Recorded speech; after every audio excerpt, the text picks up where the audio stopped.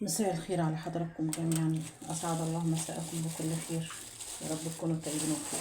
بصوا النهارده انا بتلك، عرفت ان انتوا ولادها جايين عندي النهارده، فنزلت السوق جبت سمك. السمكه دي اسمها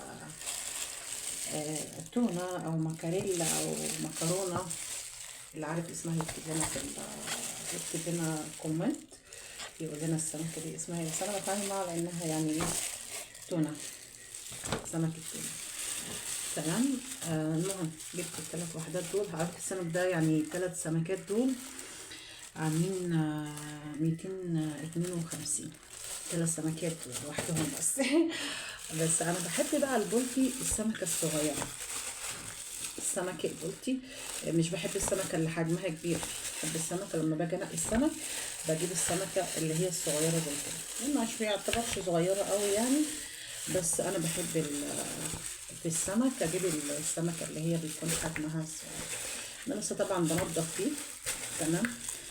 يمكن متهيألي دي اكبر حاجه فيهم يعني، كله صغير. يعني دول تقريبا 2.5 أو 3 ولا حاجه يعني، تقريبا كده.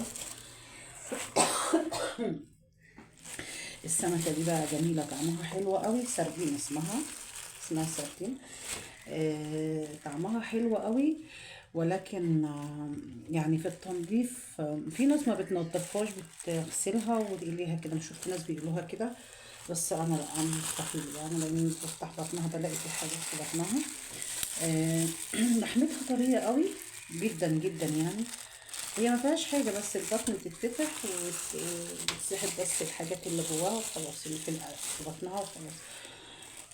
لسه انا برضو بنضف يعني فيهم، احط له ليمون وملح وكده. اللهم صل على سيدنا محمد. البنت ما بتاكلش الاسماك، فانا جبت جمبري صغير نعمل لها شوربه سي فود مع اسمه ايه ده، اللهم صل على سيدنا محمد، مع سمك فيليه. اقطع السمك الفيليه واعمل لها شوربه سي فود مع رز صياديه وسلطه. انا عندي شاهين ما بتاكلش الاسماك يعني، فنعمل لها شوربه سي فود. اللهم صل على سيدنا محمد. انا طبعا انا بحب دي روح قلبها دي. يعني سردينة. دي اسمها بسارية. بسارية. دي البسارية. وانا بجيب السمك لقيتها عند الراجل، طب امسكيها كده وريها بس ما جبتش بصراحة، ما جبتش كتير.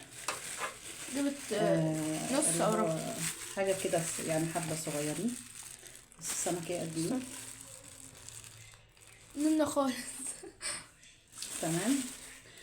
احنا لسه طبعا انا واقفة بنضف السمك ده، هنقطعه. السمكة دي انا بعملها زي ازاي؟ المكاريل دي بشيل الراس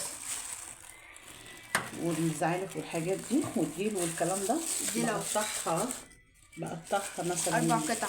دي 3 أو 4 على حسب حجم السمكة يعني. تقطع، تشيل بص الراس راسها، وبنقطعها مثلا ونشيل دي 3 قطع. تمام. وبشق يعني بفردها زي قطع البانيه. بفردها يعني بقطعها، وبعدين بخليها زي قطعة البانيه. حلو. وبعدين اعمل لها التتبيله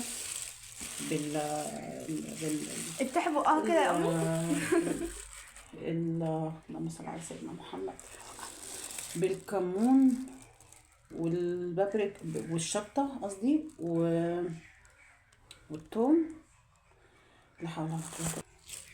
نعمل لها الخلطه اللي هنتبل بيها. هي نفس الخلطه اللي هنتبل بيها كل الاسماك. لكم هي شوفوا بص لكم ازاي.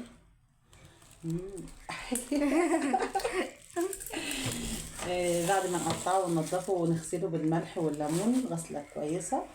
كل السمك طبعا هيتغسل بالليمون. في جمبريه وقعت هنا. غسله كويسه. شفتوا الجمبريه قد ايه؟ ده الجمبري الجامبو. ده الجمبري الجامبو اكبر حاجه عنده. لا هو عنده ما شاء الله، ده عنده جمبري ما شاء الله كبير وسط. تقريبا الوسط ب550 بس حلو وعنده يعني. اخطبوط المهم هنغسل 400 وحاجة. هنقطع دي الاول ونغسلها كويس، اللي هي السمكه الكبيره، وبعدين ايه هنتبلها ونتبل كل السمك ونقليه، وهنوريه لكم، بس هنوريه لكم بس ايه يعني في فيديو تاني بعد ده يعني مش كله في معرفش فيديو هو- واحد. تتبيله طبعا، التتبيله معروفه، توم وكمون وكزبره ناشفه وحبش اكنات دي وفلفل اخضر وسبايسي. بنعمل الخلطه دي كلها مع ليمون ونحشي بيها السمك كله بقى السمك، مش سمكة واحدة بس، والجمبري البيبيهات ده ده هنعمله شوربه. يلا هنعمل جنب الكلام ده مقطعين السمك فيليه صغير خالص وحتة كده وقطعنا حطينا هنا. هنخلص الكلام ده كله وهنعمل جنب منه سلطه ورز صيادية. قولوا لي مين اللي بيحب السمك ده؟ يلا السلام عليكم ورحمه الله وبركاته.